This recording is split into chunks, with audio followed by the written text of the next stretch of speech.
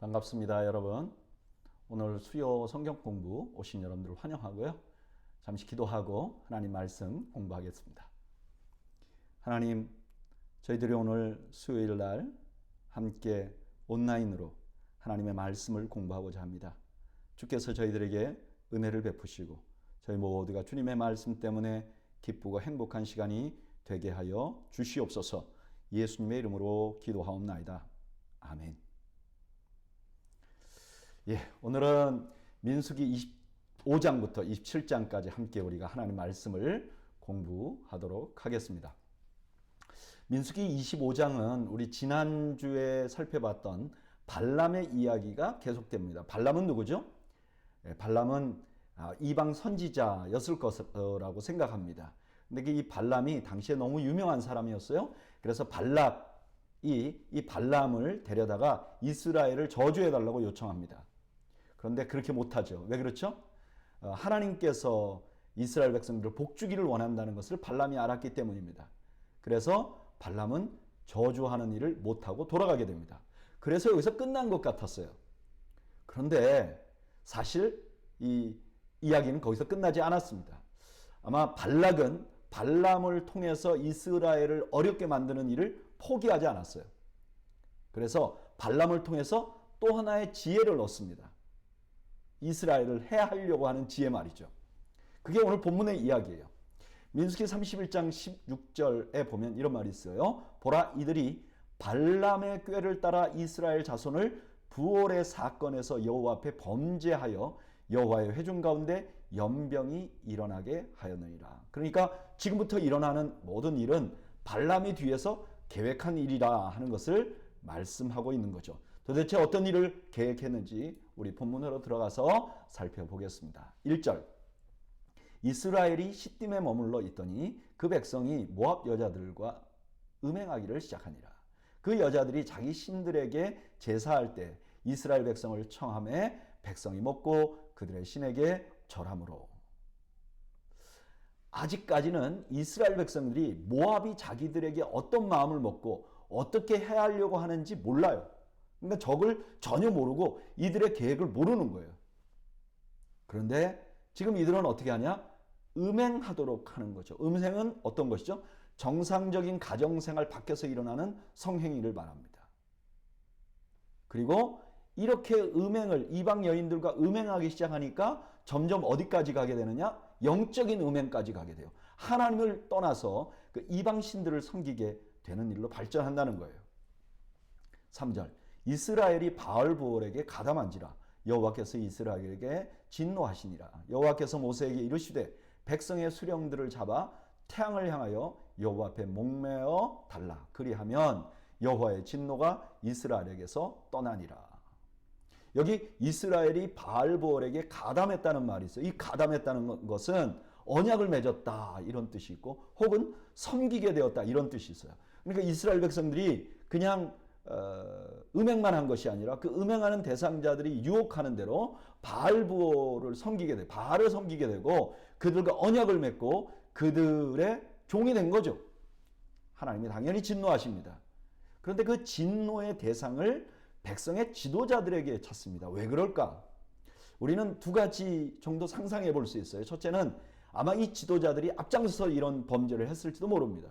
또 하나는 지도자들이니까 이 백성의 범죄를 책임지는 입장에서 지도자들을 이렇게 벌을 주어야 한다라고 말하는 것으로 받아들일 수 있습니다. 그런데 나중에 보면 알지만 아마 전자일 가능성이 높아요. 바로 이러한 백성의 지도자들을 어떻게 하라고 말하는가? 목매어 달라 그럽니다. 이 목매어 달라 하는 말을 우리나라 말로 생각하면 이제 교수형이죠. 목을 매달므로 사형에 처하는 것. 근데 이 정확한 의미는 그런 뜻이 아니에요. 죽인 후에 목을 매어 달아라 이런 의미가 있는 거예요. 어쨌든 하나님께서 이렇게 하신 이유는 이 범죄가 너무너무 치명적이고 이스라엘 백성 전체에게 경종을 울릴 필요가 있었던 거죠. 그래서 그것이 목매어 사형을 교수형을 취하든 아니면 이미 사형을 한 다음에 매달아 놓든 어쨌든 백성들에게 경종을 울리기를 원했던 거죠. 5절, 모세가 이스라엘 재판관들에게 이르되 너희는 각각 바알부올에게 가담한 사람을 죽이라 하니라. 지금 모세가 죽이라고 하죠. 이렇게 볼 때 아마도 하나님이 명령한 사형법은 그냥 돌로 쳐서라든지 아니면 죽이고 나서 매다는 사형법이었을 것이라고 우리가 생각할 수 있습니다. 6절 이스라엘 자손의 온 회중이 회막문에서 울 때에 이스라엘 자손 한 사람이 모세와 온 회중의 눈앞에서 미디안의 한 여인을 데리고 그의 형제에게로 온지라. 이 사람이 누군지 여기는 본문에는 이름이 안 나오죠. 그러나 14절 15절에는 사람의 이름이 나와요. 죽임을 당한 이스라엘 남자 곧 미디안 여인과 함께 죽임을 당한 자의 이름은 시므리니 살루의 아들이요 시므온의 조상의 가문 중 한 지도자이며, 이 사람이 지도자였다고 말하죠. 그리고 죽임을 당한 미디안 여인의 이름은 고스비니 수루의 딸이라. 수루는 미디안 백성의 한 조상의 가문의 수령이었더라. 그러니까 이 계획이 발람에게서 나왔고 미디안 사람들이 계획적으로 이 일을 했고 그것을 이스라엘 지도자들이 먼저 그런 일을 당했다는 거예요. 그런데 이 뻔뻔한 사람이 지금 이스라엘 백성들이 나중에 알지만 연병으로 지금 사람들이 막 죽어가고 있어요. 근데 뻔뻔하게 자기는 그 여인을 데리고 나타난 거예요. 7절 제사장 아론의 손자 엘르아살의 아들 비느아스가 보고 회중 가운데서 일어나 손에 창을 들고 그 이스라엘 남자를 따라 그 막사에 들어가 이스라엘 남자와 그 여인의 배를 꿰뚫어서 두 사람을 죽이니 연병이 이스라엘 자손에게서 그쳤더라. 그 연병으로 죽은 자가 24,000명이었더라. 아니 왜 이 비느아스는 갑자기 이 사람을 이렇게 죽였느냐? 너무 화가 나서 분노가 컨트롤 안 된 것인가? 아니에요. 지금 이 상황이 여기 보면 연병으로 죽은 자가 이렇게 말하잖아요. 하나님의 진노를 받아서 지금 이스라엘이 연병으로 막 죽어가는 거예요. 그러니까 굉장히 위급한 시기예요. 그러니까 이 위급한 시기에서 그 백성을 건지기 위해서 비느아스가 이 비느아스가 이 이스라엘 남자를 죽인 거죠. 직결 심판을 해야만 하는 거죠. 근데 여기 약간 조금 어려운 문제가 있어요. 여기 보면 그 연병으로 죽은 자가 24,000명이라 그래요. 그런데 똑같은 말이 고린도전서 10장 8절에는 그들 중에 어떤 사람이 음행하다가 하루에 23,000명이 죽었나니. 아니 어디는 24,000, 어디는 23,000. 어느 게 맞느냐? 저는 아마 여기 고린도전서에 보면 하루에라는 말이 포함되어 있어요. 그러니까 이 하나님의 진노가 아주 극심한 그 하루에 23,000명이 죽었다는 거죠. 전체 숫자는 24,000명이었을 것으로 생각해 볼 수 있습니다. 10절 여호와께서 모세에게 말씀하여 이르시되 제사장 아론의 손자 엘르아살의 아들 비느아스가 내 질투심으로 질투하여 이스라엘 자손 중에서 내 노를 돌이켜 내 질투심으로 그들을 소멸하지 않게 하였도다. 여기서 하나님의 성품이 나오죠. 하나님의 성품 뭐죠? 질투하시는 하나님의 성품이 나오는 거죠. 하나님이 질투하시는 하나님이죠.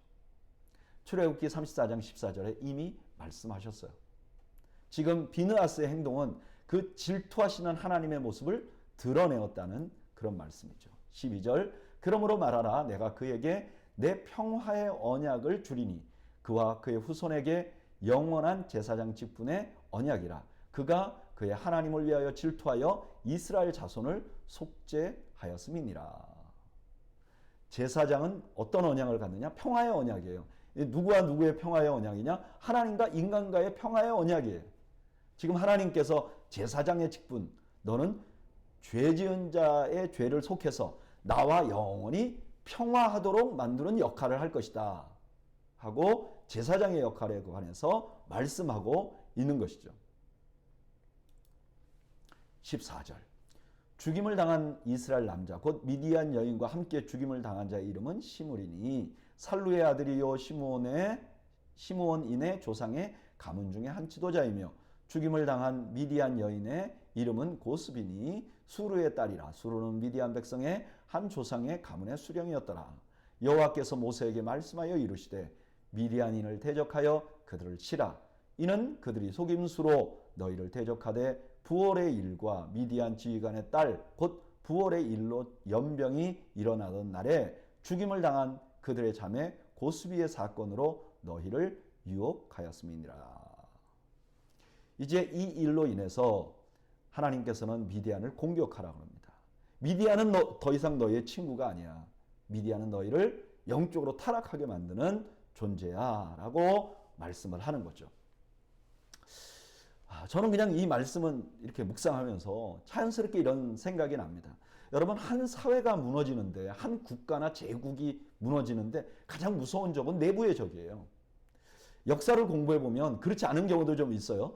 더 강력한 제국이 일어나서 제국이 망한 경우도 있어요. 그러나 많은 경우 제국은요, 내부의 혼란으로부터 무너집니다. 내부가 약해져서 무너져요. 마찬가지로 우리를 넘어지게 하는 가장 무서운 적도 환란이 아니라 유혹이에요. 도덕적으로 무너지면 그냥 다 무너지는 것입니다. 오늘 본문에서 하나님은요, 그들에게 단호하라 그래요. 미디안에게 아주 단호하게, 이제 미디안은 너희의 친구가 아니야. 너희가 그들을 공격해야 돼. 그들을 진멸해야 돼. 라고 말하는 거죠.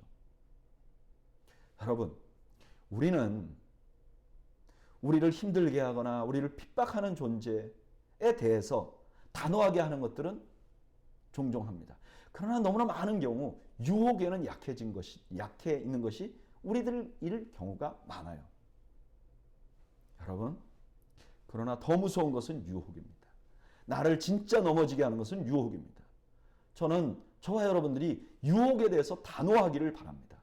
그냥 끌려다니지 않기를 바랍니다. 아닌 것은 아니요 하시기 바랍니다.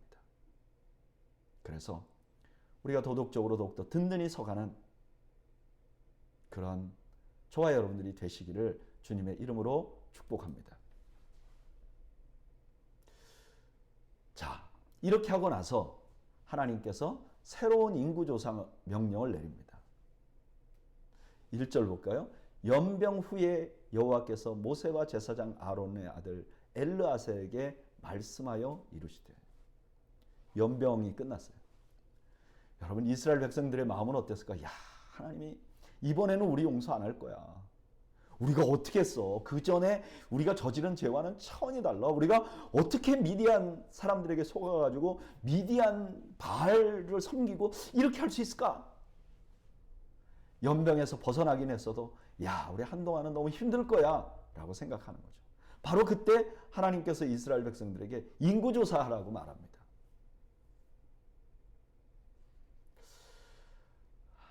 이 인구조사 자체는 먼저 반역한 이스라엘 백성들에게 다시 하나님께서는 여전히 그들을 기대하시고 그들을 하나님의 백성으로 생각한다는 것을 드러내고 있는 것이죠. 그리고 이제 인구조사 끝날 때 보면요, 과거의 인구조사가 60만 3,550명이었어요. 그런데 이번에는 60만 1,730명입니다. 그러니까 숫자가 비슷해요. 연병으로 많이 죽었는데도 거의 숫자가 변함이 없어요. 이것은 하나님께서 광야에서 그 이스라엘 백성들을 지키시고 이끌어 오셨다는 것을 드러내는 것이죠. 자, 2절. 이스라엘 자손의 온 회중의 총수를 그들의 조상의 가문을 따라 조사하되 이스라엘 중에 20세 이상으로 능히 전쟁에 나갈 만한 모든 자를 계수하라 하시니 모세와 제사장 엘르아살이 여리고 맞은편 요단가 모압 평지에서 그들에게 전하여 이르되 여호와께서 애굽 땅에서 나온 모세와 이스라엘 자손에게 명령하신 대로 너희는 20세 이상 된 자를 계수하라 하니라. 이제 이스라엘 백성들을 계수하는데 그 기준이 뭐냐? 싸울 만한 자입니다. 그러니까 지금 하나님께서는 어떻게 그렇게 하나님 배반하고 그다음에 연병으로 막 징계를 받은 그들을 그래도 너희는 나의 군대야. 이렇게 말씀해 주고 있는 거예요. 이건 참 너무 놀라운 은혜죠. 그리고 또 우리는 이 본문에서 우리의 정체성을 알게 됩니다. 여러분, 하나님의 백성은 하나님의 군대예요. 하나님의 백성은 그냥 가만히 있는 존재가 아니에요. 너 하나님 백성 되었어. 그러면 가만히 있어서 먹기만 하는 그런 사람들이 아니에요. 하나님의 백성 되었다는 건 하나님의 군대예요. 그럼 우리가 하나님의 군대가 되었다는 건 어떤 의미일까요? 사도 바울이 디모데에게 이렇게 말했어요. 디모데후서 2장 3절 4절. 너는 그리스도 예수의 좋은 병사로 나와 함께 고난을 받으라. 병사로 복무하는 자는 자기 생활에 얽매이는 자가 하나도 없나니 이는 병사로 모집한 자를 기쁘게 하려 함이라. 군인이 되면 어떻게 돼야 되느냐? 자기를 모집한 자를 기쁘게 하려고 애를 써야 된다는 거예요. 여러분, 우리가 하나님의 백성이고 하나님의 군대라면 우리는 하나님의 백성 된 다음에 해야 될 우리의 인생의 목표는 뭐냐? 하나님 기쁘시게 하는 거죠. 하나님 기쁘시게 하는 거죠. 자, 계속해서 5절부터 인구조사를 시작합니다. 이스라엘의 장자는 루벤이라. 루벤 자손은 한옥에게서 난 한옥 종족과 발루에게서 난 발루 종족과 헤스론에게서 난 헤스론 종족과 갈미에게서 난 갈미 종족이니 이는 루벤 종족이다. 계수된 자가 43,730명이더라. 발루의 아들은 엘리압이요. 이제 인구조사는 패턴을 보여줘요. 그 12지파장의 이름을 하고 거기에 직계 자손들, 그러니까 그 안에 있는 작은 지파가 아니라 종족들, 그 인구를 다 말하고요. 그 리더들을 말하고 그 다음에 전체가 몇 명이라고 말을 하는 방식으로 인구조사를 해요. 그런데 특별히 여기서는 엘리압이라는 사람을 주목해서 먼저 말해요. 9절. 엘리압의 아들은 느무엘과 다단과 아비람이라. 이 다단과 아비람은 회중 가운데서 부름을 받은 자들이니 고라의 무리에 들어가서 모세와 아론을 거스려 여호와께 반역할 때에 땅이 그 입을 벌려서 그 무리와 고라를 삼킴에 그들이 죽었고 당시에 불이 250명을 삼켜 징표가 되게 하였으나 고라의 아들들은 죽지 아니하였더라. 그 루벤 자손 중에서는 그 다단과 아비람이라는 사람이 특이한 사람, 특별한 사람들이었어요. 근데 좋게 특별한 게 아니라 나쁘게 특별한 거죠. 이들이 모세와 아론을 거스려 반역했죠. 고라와 함께. 그래서 땅이 갈라져서 그 불 속으로 다 들어가 버린 거예요. 그때 죽었다는 거예요. 이것이 바로 이스라엘 광야에 있는 이스라엘 백성들에게 징표가 됐다는 거예요. 경고의 징표라는 의미죠. 바로 이 사건에서 불심판의 그 생각도 또 불심판을 받을 것이라는 예고도 우리가 받은 것 같아요. 하나님을 대적하는 자 이렇게 될 거라는 거예요. 근데 마지막에 아주 특별한 말씀이 있어요. 11절에 고라의 아들들은 죽지 아니하였더라. 여러분, 고라가 누구죠? 고라가 주동자였어요. 고라는 죽었어요. 그런데 그 아들들은 죽지 않았어요. 아시죠? 이 고라의 자손들이 나중에 하나님을 찬양하는 역할을 합니다. 그래서 시편에도 계속 나오잖아요. 고라의 자손들. 하나님은 하나님을 반역한 그 악의 씨를 사용해서 하나님을 찬양하게 만드는, 찬양하는 역할을 하게 합니다. 저는 이런 하나님이 우리에게 소망이 된다고 믿습니다. 어렸을 때부터 잘한 사람, 아무런 흠이 없는 사람이 아니라 정말 광야 이스라엘 백성들의 삶에서 가장 치명적인 잘못을 한 그 고라의 후손들을 하나님 죽이지 아니하시고 그들을 통해서 하나님께 영광을 돌리는 찬양대로 그들을 사용해 주셨던 것입니다. 이게 바로 우리가 받은 은혜고, 이게 바로 하나님을 믿는 저희들이 누리는 은혜입니다. 하나님은요, 악의 씨라 할지라도 그들을 버려 징계하고 죽이고 영원한 징벌을 주려고 하는 게 아니라 그들을 회개시켜서 그들을 통해서도 영광을 받으시기를 원하시는 하나님이십니다. 그리고 51절까지는 이제 계속해서 똑같은 패턴으로 12지파 이름이 쭉 나옵니다. 총수는 60만 7,730명. 이 인구조사하는 그 패턴을 보면요, 처음에는 연병 후예라고 시작했잖아요. 그리고 그 다음에 바로 고라 자손이 하나님을 배반한 이야기를 넣었잖아요. 그런데 그 다음에 인구조사를 보면 인구가 거의 유지가 되고 있어요. 이것이 우리의 소망이죠. 저는 이런 말씀 큐티할 때 정말 아니 오늘은 큐티를 하는데 어떻게 사람 이름만 나오는가? 참 적용하기 어렵다. 그렇게 생각할 수 있잖아요. 근데 가만히 읽어보면 이 안에도 은혜가 담겨 있는 거예요. 여러분 이 말씀 안에 우리는 소망을 발견하게 됩니다. 이스라엘 백성들은 날마다 실패했어요. 결정적으로 실패했어요. 내적으로 실패하고 외적으로 실패했어요. 그런데 우리 하나님은 그들을 놓지 않으셨어요. 그리고 그들에게 계속해서 은혜를 베푸시고 약속을 지켜가셨습니다. 우리도 마찬가지예요. 우리는 날마다 살면 실패합니다. 내적으로 외적으로 너무 연약합니다. 주님, 우리는 연약합니다. 그러나 우리가 소망을 갖는 이유는 하나님이 우리를 놓지 않기 때문입니다. 하나님께서 그의 약속을 지켜가시기 때문입니다. 우리가 구원의 확신이라는 게 여기에 나오는 겁니다. 나를 구원하신 하나님은 나를 절대로 놓지 않는다. 그래서 확신이 생기는 거예요. 내가 하나님께서 나를 구원하실 걸 내가 확실히 믿는다. 그런 게 아니에요. 내가 변함이 없는 걸 믿는 게 아니라 하나님이 변함이 없다는 걸 믿는 거예요.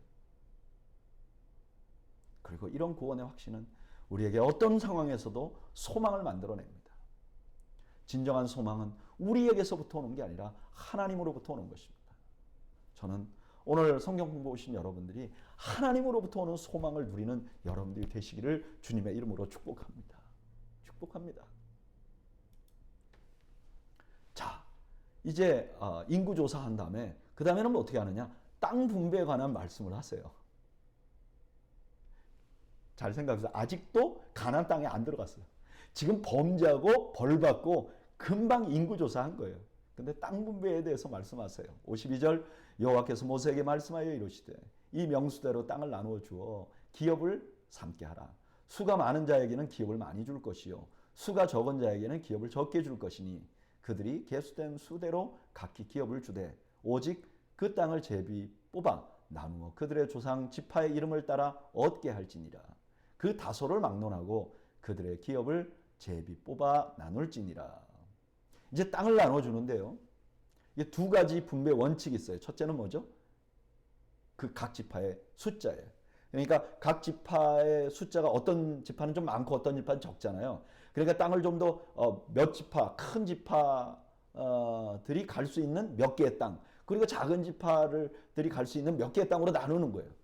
근데 그걸 누가 갖는가 결정적으로 결정은 제비 뽑는 거예요. 큰 지파들은 큰 데 가도록. 왜 그렇게 할까요? 땅이 다 달라요. 어떤 땅은요, 뭐 예를 들면 유다 지파의 땅은 비옥하지 않아요. 그럼 남쪽에 뭐 큰 땅을 가졌는데 사막이에요. 그러나 에브라임 지파들이 또는 다른 지파들이 가진 땅 중에서 어떤 땅은 굉장히 비옥해요. 그래서 내가 이걸 갖겠다 이렇게 할 수 없다는 거예요. 그거는 하나님이 결정하시는 거죠. 여기서 우리는요, 우리 공동체가 뭔가 결정할 때 아주 중요한 원칙을 하나 발견합니다. 저는 이것이 이번에 우리가 우리 교회에서 임직자를 선출할 때도 이 원리에 충실하게 저희가 진행을 했던 거예요. 그 원리가 뭐냐? 첫째는 이성을 무시해서는 안 된다는 거예요. 어떤 사람이 리더가 될 것인가? 그러면 그 리더의 조건들이 있다는 거예요. 그리고 자원하느냐 안 하느냐 이런 여러 가지 요소들이 있잖아요. 그러면 그 이성만을 가지고 사람을 뽑아야 되느냐? 뭐 무슨 어떤 크라이테리아를 정해서 어느 정도 교육을 받고 어느 정도 봉사를 하고 이런 사람이면 리더가 되느냐? 아니에요. 결정적으로 하나님께서 그들을 어떻게 생각하는지 하나님의 생각, 우리 이성이 한계가 있다는 것을 하나님 앞에 고백해야 되는 거죠. 그래서 사도행전 1장 21절에서 26절에 보면 가룟 유다 대신 또 하나의 사도를 뽑는데 이렇게 말합니다. 이러함으로 요한의 세례로부터 우리 가운데서 올려져 가신 날까지 주 예수께서 우리 가운데 출입하실 때에 항상 우리와 함께 다니던 사람 중에 하나를 세워 우리와 더불어 예수께서 부활하심을 증언할 사람이 되게 하여야 하리라 하거늘. 자격 조건이 있죠. 항상 우리와 함께 다니던 사람. 이거는 뭐 구약 성경에는 나오지 않잖아요. 딱 다 알면 우리와 항상 같이 다니던 사람 중에 한 사람이어야 한다. 그리고 이 사람 목적이 뭐야? 부활하신 예수님의 부활을 증언할 수 있어야 된다. 근데 그렇게 하고 그냥 한 사람을 딱 지정한 게 아니라 100사람을 지정한 게 아니라 딱 2사람을 지정을 해요. 사도들이 이성을 가지고 뽑은 거죠. 여러분, 예수님 당시에 계속 같이 다니던 사람, 예수님의 부활을 증언할 사람들은 많았을 거예요. 근데 그 중에 그들이 2사람을 세우니 하나는 바사바라고도 하고 별명은 유스도라 하는 요셉이요, 하나는 마띠아라. 2사람이 괜찮았다는 거예요. 그 다음에 어떻게 해요? 그들이 기도하여 이르되 무사람의 마음을 아시는 주여, 이 2사람 중에 누가 주님께 택하신 바 되어 봉사 및 사도의 직무를 대신할 자인지 보이시옵소서. 유다는 이 직무를 버리고 제 곳으로 갔나이다 하고 제비 뽑아 마띠아를 얻으니 그가 11사도의 수에 들어가니라. 공동체가 어떤 결정을 할 때는 이성을 사용해야 합니다. 그러나 이성만으로는 안 돼요. 하나님의 뜻을 엿듣는 그런 과정이 필요한 것이죠. 자, 이렇게 지파별로 땅 지파를 다 하고 나서 땅을 받지 못하는 지파들이 있잖아요. 그게 레위 지파예요. 57절. 레위인으로 계수된 자들의 종족들은 이러하니 게르손에게서 난 게르손 종족과 고핫에게서 난 고핫 족속과 무라리에게서 난 무라리 종족이며, 레위 종족들은 이러하니 림니 종족과 헤브론 종족과 말리 종족과 무시 종족과 고라 종족이라.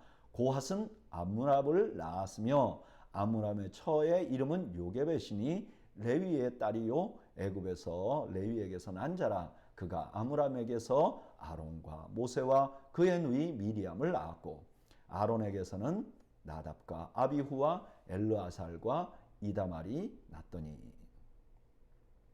이제 레위 종족들을 얘기하고 그 가운데서 특별히 모세와 아론의 가문에 대해서 아주 자세하게 기록합니다. 61절. 나답과 아비후는 다른 불을 여호와 앞에 들이다가 죽었더라. 1개월 이상으로 계수된 레위인의 모든 남자는 23,000명이었더라. 그들은 이스라엘 자손 중 계수에 들지 아니하였으니 이는 이스라엘 자손 중에서 그들에게 준 기업이 없음이더라. 이었더라. 레위인들의 그 족속이 1개월 이상으로 된 이유는 이들은 전쟁에 나갈 사람을 계수하지 않았기 때문에 그렇죠. 그리고 여기도 보면요, 나답과 아비후라는 사람이 등장을 합니다. 이 사람들은 하나님을 제사하는 제사에 잘못된 불을 사용해서 징계를 받은 사람들이에요. 그런데 그 사람들의 이름을 기록합니다. 왜 그랬을까요? 레위인들이 뭔가 뛰어나서 지금 특별히 하나님의 일을 하고 있지 않다는 걸 보여주는 거죠. 이들도 똑같은 사람이라는 걸 보여주는 거죠. 그러나 하나님의 자비는 계속해서 그들에게 임했다는 것을 보여주는 것이죠. 이것은 레위인들에게 일어난 일이지만 사실은 이스라엘 전체에게 일어난 일입니다.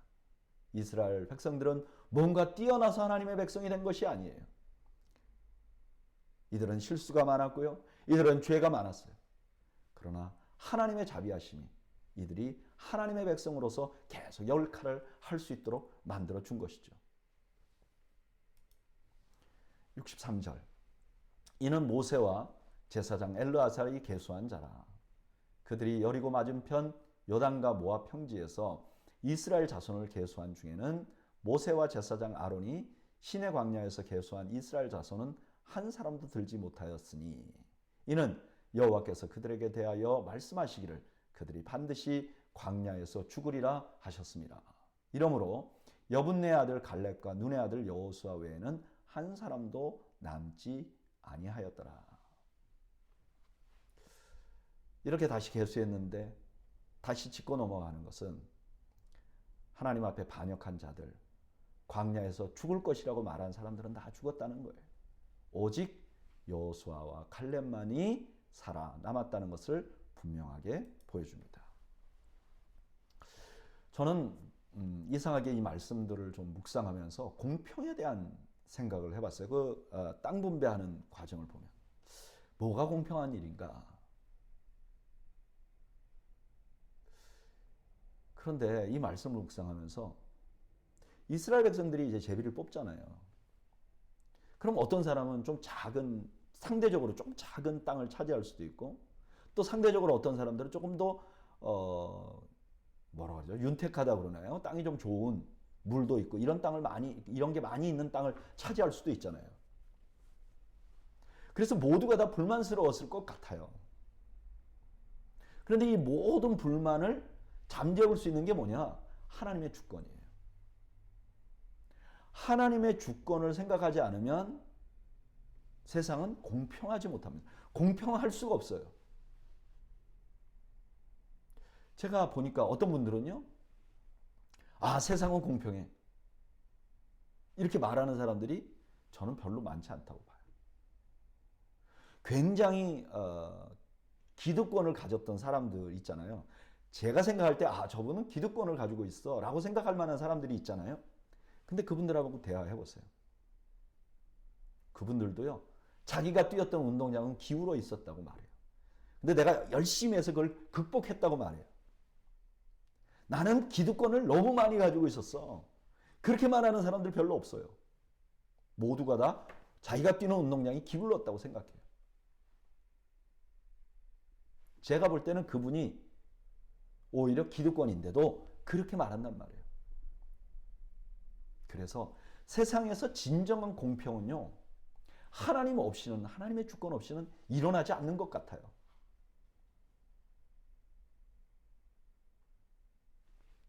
그런데 아시죠? 우리 한국에서 공평하신 하나님을 찬양한 찬양시를 쓴 분 말이죠. 공평하신 하나님을, 이 찬양시를 지은 분이 뇌성마비 환자잖아요. 그녀는 태어날 때부터 뇌성마비였어요. 그것도 중증 뇌성마비였어요. 하나님을 만나고 나니까 공평하다고 말하는 거예요. 어떻게 공평하다고 말할 수 있을까요? 하나님을 만났기 때문이죠. 여러분, 여러분들에게 주어진 지파, 기업은 여러분들에게 공평하다고 생각이 되십니까? 내가 살아온 인생은 공평하다고 생각하십니까? 만약에 공평하다고 생각하면 왜입니까? 만약에 공평하지 않다고 생각하면 왜입니까? 대부분 경우 내 인생 공평하지 않다고 생각하는 것은 하나님의 주권을 잃어버렸기 때문인 가능성이 높습니다. 오늘 성경 공부하러 나오신 분들 중에서, 나는 왜 이런 가정에서 태어났고, 나는 왜 이런 환경에서 있고, 왜 내 자녀는, 내가 살고 있는 이 지역은 왜 이렇고, 나는 왜 이런 방식으로 인생을 살았을까? 그렇게 생각되시는 분들이 있으시면 저는 하나님께서 주인 되신다는 사실을 우리가 다시 한번 생각해보고, 나에게 주어진 모든 것이 내 노력으로 얻어진 것이 아니라는 것을 기억하시고 그분의 주권에 우리가 복종하는 은혜를 누리기를 바랍니다. 그래서 우리 모두가 공평하신 하나님을 찬양하는 은혜가 있기를 주님의 이름으로 축원드립니다. 27장은요, 26장에 우리가 지나간 33절에 있는 말씀을 배경으로 하고 있어요. 33절에 이런 말이 있어요. 헤벨의 아들 슬로브앗은 아들이 없고 딸뿐이라.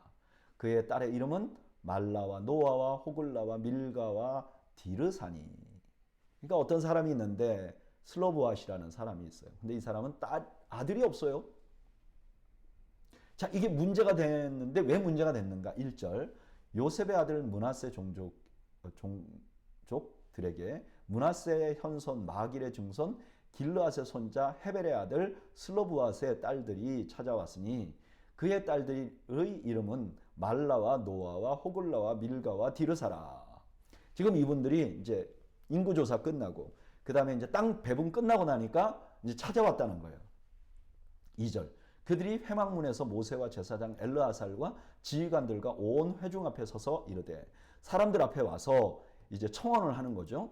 그 청언 내용이 뭐냐? 3절. 우리 아버지가 광야에서 죽었으나 여호와를 거스려 모인 고라의 무리에 들지 아니하고 자기 죄로 죽었고 아들이 없나이다. 어찌하여 아들이 없다고 우리 아버지의 이름이 그의 종족 중에서 삭제되리이까? 우리 아버지의 형제 중에서 우리에게 기업을 주소서 하매. 여기 자기 죄로 죽었다는 건 뭐 특별한 죄로 죽었다는 거 아니죠. 그냥 일상적으로 죄인이었다는 거예요. 모두가 다 죄인인데 우리 아버지도 그랬다는 거예요. 근데 아들이 없어요. 그러다 보니까 이제 뭐 땅을 물려줄 수 없게 되는 거죠. 땅을 물려줄 수 없게 되니까 아버지는 이제 세월이 흐르면 그냥 이름이 없어진다는 거예요. 그래서 이게 불공평합니다라고 청원을 하는 거죠. 5절. 모세가 그 사연을 여호와께 아뢰니라.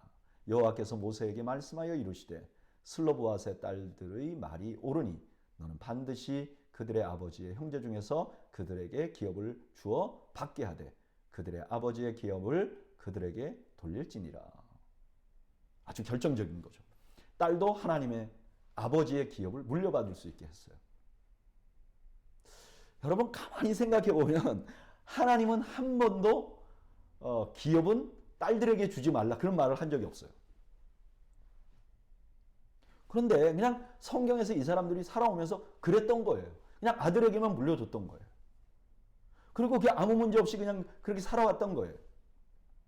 그리고 그것이 심지어 하나님의 뜻인가? 이렇게 생각할 정도로 그들이 당연하게 생각했다는 거예요. 그래서 하나님께 여쭤본 거죠. 하나님은 아니야. 딸도 당연히 물려받을 수 있지. 라고 말씀하신 것이죠. 8절.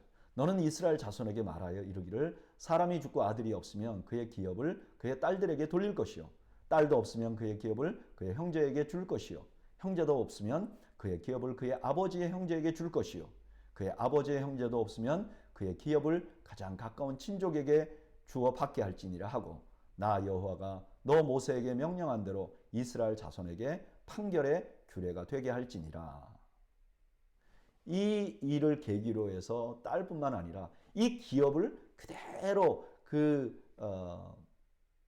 처음에 기업을 준 사람에게 유지되게 하기 위해서 법률을 만드는 거죠. 여러분 다시 한번 말씀을 드리지만 이 모든 이야기는 아직 가나안 땅에 들어가기 전이에요. 우리나라 속된 말로 하면 지금 김치국물을 들이키는 거죠. 아니 아직 가나안 땅 주지도 않았는데 왜 이렇게 김치국물을 들이키는가? 왜 그렇죠? 이 사람들은요 떡을 먹을 것이라는 확신을 가졌기 때문이에요. 떡 줄 사람은 생각도 안 하는데 김치국물부터 마신다 그러잖아요. 왜 김치국물부터 마시나? 떡 줄 걸 확신했기 때문에 그렇잖아요. 지금 이 여인들은 가나안 땅에 들어갔을 것을 확신하는 거예요. 여러분 이것이 40년 전에 이스라엘 백성들과 지금 이스라엘 백성들의 결정적인 다른 면이에요. 40년 전에 다 광야에서 죽은 사람들은 그들은 가나안 땅 준다고 했는데 가나안 땅에 들어갈 것을 확신하지 못했어요. 오늘 본문에 보면 지금 이 사람들은 하나님께서 이 가나안 땅을 주실 것을 확신하는 거예요. 확신하니까 이런 얘기를 하는 거죠. 더군다나 그냥 받을 것을 확신하는 정도가 아니라 그 주실 기업을 소중히 여기는 거예요. 이게 너무너무 소중한 것이다. 하나님이 우리에게 주신 영원한 것이라고 소중히 여기는 거예요. 여러분 이게 믿음이에요. 믿음은요 보이지 않지만 그게 실제하다고 믿는 거예요. 그런데요 여기까지만 있는 건 진정한 믿음이 아니에요. 한 걸음 더 나가야죠. 그게 하나님께서 주신 것이라면 소중히 여겨야죠. 여러분 우리는요 영원한 하나님 나라에 소망을 갖고 있어요. 저는 영원한 하나님 나라에 갈 것입니다. 나는 믿습니다. 그렇죠. 그건 너무 소중한 믿음이죠. 근데 그것이 여러분들에게 소중한가?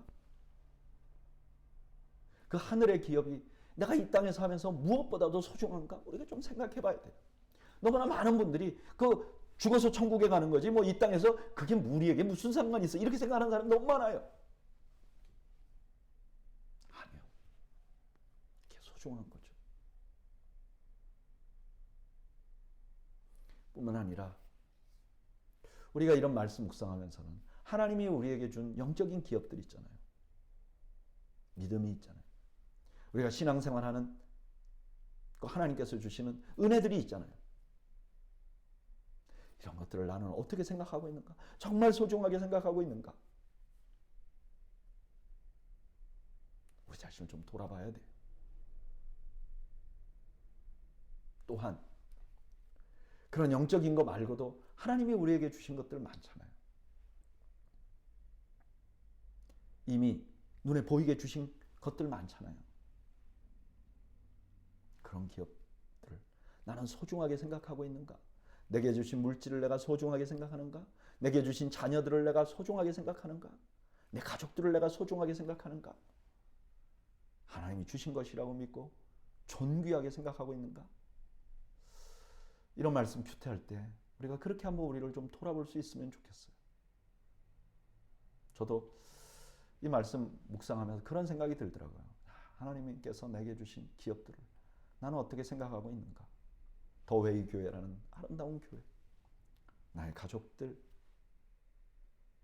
나는 어떻게 생각하고 있는가? 나는 이것을 잘 지키고 잘 유지하고 하나님께 영광을 돌리게 하기 위해서 어떻게 사용하고 있는가? 돌아보니까 참 부족한 게 많아요. 그냥 그렇게 소중하게 여기지 못하고 그냥 지나갔던 것들이 너무 많아요. 그래서 회개하는 시간을 가졌습니다. 저는 여러분들에게 이 큐티 말씀이 또한 여러분들에게도 큰 은혜가 되는 그런 말씀이 되기를 바랍니다. 12절 여호와께서 모세에게 이르시되 너는 이 아비람 산에 올라가서 내가 이스라엘 자손에게 준 땅을 바라보라. 본 후에는 내 형 아론이 돌아간 것 같이 너도 조상에게로 돌아가리니 이는 신광야에서 회중이 분쟁할 때 너희가 내 명령을 거역하고 그 물가에서 내 거룩함을 그들의 목전에 나타내지 아니하였음이니라. 이 물은 신광야 가데스의 무리바 물이니라. 모세도 이제 가나안 땅에 못 들어간다고 말씀하시고 그렇게 된 이유를 분명하게 말씀합니다. 이 이야기를 들은 모세는 15절 모세가 여호와께 여짜와 이르되 여호와 모든 육체의 생명의 하나님이시여 원하건대 한 사람을 이 회중 위에 세워서 그로 그들 앞에 출입하며 그들을 인도하여 출입하게 하사 여호와의 회중이 목자 없는 양과 같이 되지 않게 하옵소서. 지금 모세는 하나님을 모든 육체의 생명의 하나님이라고 부릅니다. 자신들의 모든 생사화복이 하나님께 달렸다는 것을 고백하는 거죠. 그러면서 이렇게 말합니다. 하나님, 지도자를 보내주십시오. 목자를 보내주십시오. 모세는 백성의 진정한 리더를 요청을 합니다. 18절 여호와께서 모세에게 이르시되 눈의 아들 여호수아는 그 안에 영이 머무는 자니 너는 데려다가 그에게 안수하고 그를 제사장 엘르아살과 온 회중 앞에 세우고 그들의 목전에서 그에게 위탁하며 내 종기를 그에게 돌려 이스라엘 자손의 온 회중을 그에게 복종하게 하라. 모세의 존귀를 여호수아에게 주라. 이렇게 말합니다. 여호수아를 존귀하게 사람들이 생각할 수 있도록 하라는 거죠. 존중하라는 거죠. 21절 그는 제사장 엘르아살 앞에 설 것이요 엘르아살은 그를 위하여 우림의 판결로서 여호와 앞에 물을 것이며 그와 온 이스라엘 자손 곧 온 회중은 엘르아살의 말을 따라 나가며 들어올 것이니라. 모세가 여호와께서 자기에게 명령하신 대로 하여 여호수아를 데려다가 제사장 엘르아살과 온 회중 앞에 세우고 그에게 안수하여 위탁하되 여호와께서 모세에게 명령하신 대로 하였더라. 이제 과거 시대가 다 광야에서 죽고요. 새로운 시대가 일어납니다. 당연히 새로운 시대에 새로운 리더가 필요한 거죠. 모세의 요청에 따라서 하나님께서는 여호수아를 세우시는 거죠. 그런데 우리가 이 장면을 묵상하다 보면 이스라엘의 진정한 지도자는 누구였는지 알게 됩니다. 이스라엘 백성들은 광야로 나올 때 모세에 의해서 끌려났어요. 모세의 지도력에 의해서 나왔어요. 모세가 절대적이라고 생각했어요. 보세요.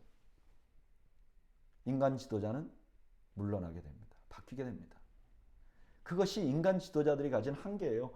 아무리 뛰어난 왕이고 아무리 뛰어난 사람도 죽습니다. 이게 그들의 한계입니다.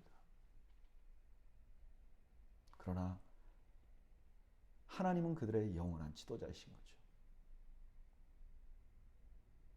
하나님은 영원히 이스라엘 백성들의 왕이신 것이죠.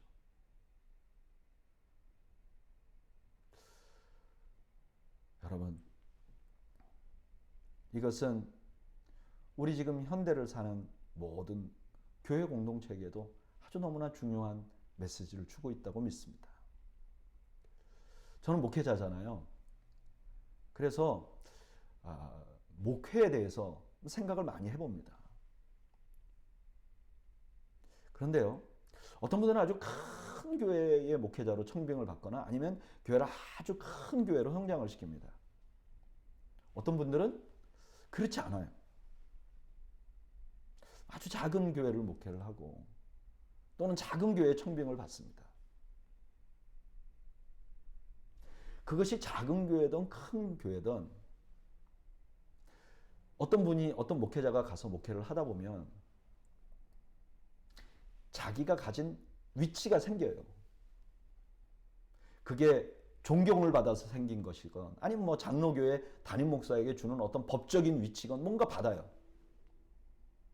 그러면 많은 사람들이요, 그 위치에 대해서 너무 지나치게 의존을, 그 목사님을 완전히 신같이 생각하는 사람이 있고, 또 어떤 분들은요, 늘 그분에 관해서 아주 부정적이고 대적하는 사람들이 있어요.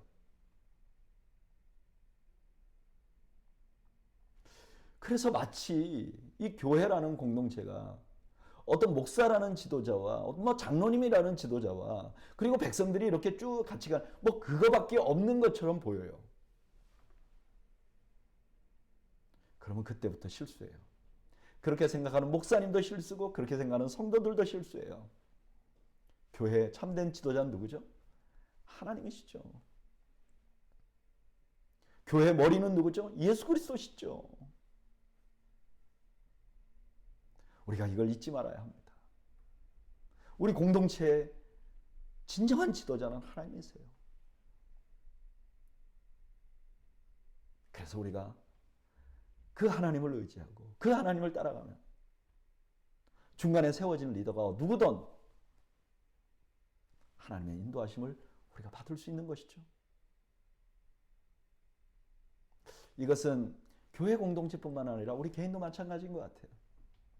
여러분, 우리 인생의 진정한 리더, 나에게 있어서 진정한 리더는 누구시냐? 하나님이세요. 우리가 사람을 의지할 게 아니에요. 우리가 환경을 의지할 게 아니에요. 하나님을 의지해야죠. 저는 오늘 성경 공부 나오신 여러분들이 하나님을 의지하는 여러분들이 되시기를 바라요. 우리 더웨이 교회가 하나님을 지도자로 섬기는 교회가 되기를 원해요. 그 하나님을 존귀하게 하고 그 하나님께 순종하고 하나님을 기쁘시게 하게 하여 몸부림치는 우리 모두가 되기를 바라요.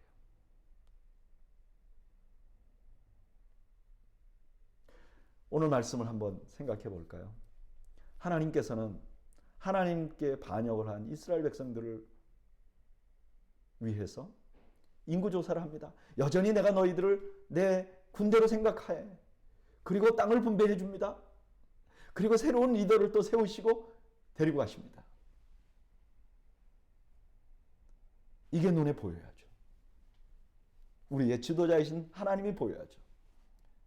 이런 말씀 묵상하면 내 인생에 내가 살고 있는 현재 하나님께서 어떻게 우리를 이끌고 있는지 보이는 은혜를 누리게 됩니다.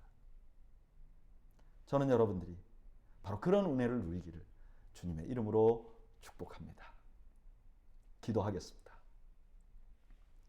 하나님, 오늘 말씀을 통해서 하나님께서 우리의 진정한 지도자이심을 다시 한번 고백하게 됩니다. 하나님, 이제까지 우리를 이끌어 오셨듯이 우리의 남은 인생도 주님께서 이끌어 주시옵소서. 이제까지 우리 도회 교회를 이끌어 주셨던 것처럼 우리의 남은 시간을 하나님께서 이끌어 주시옵소서. 우리 모두는 그 하나님께 복종하고 순종하면서 기쁘고 행복하고 하나님께 영광이 되는 인생을 살 수 있도록 주여 은혜와 자비를 베풀어 주시옵소서. 예수님의 이름으로 기도하옵나이다. 아멘. 네, 여러분, 오늘 저녁에 여러분들의 가정에 주님의 크신 은총이 항상 넘치시기를 주님의 이름으로 축복합니다. 감사합니다.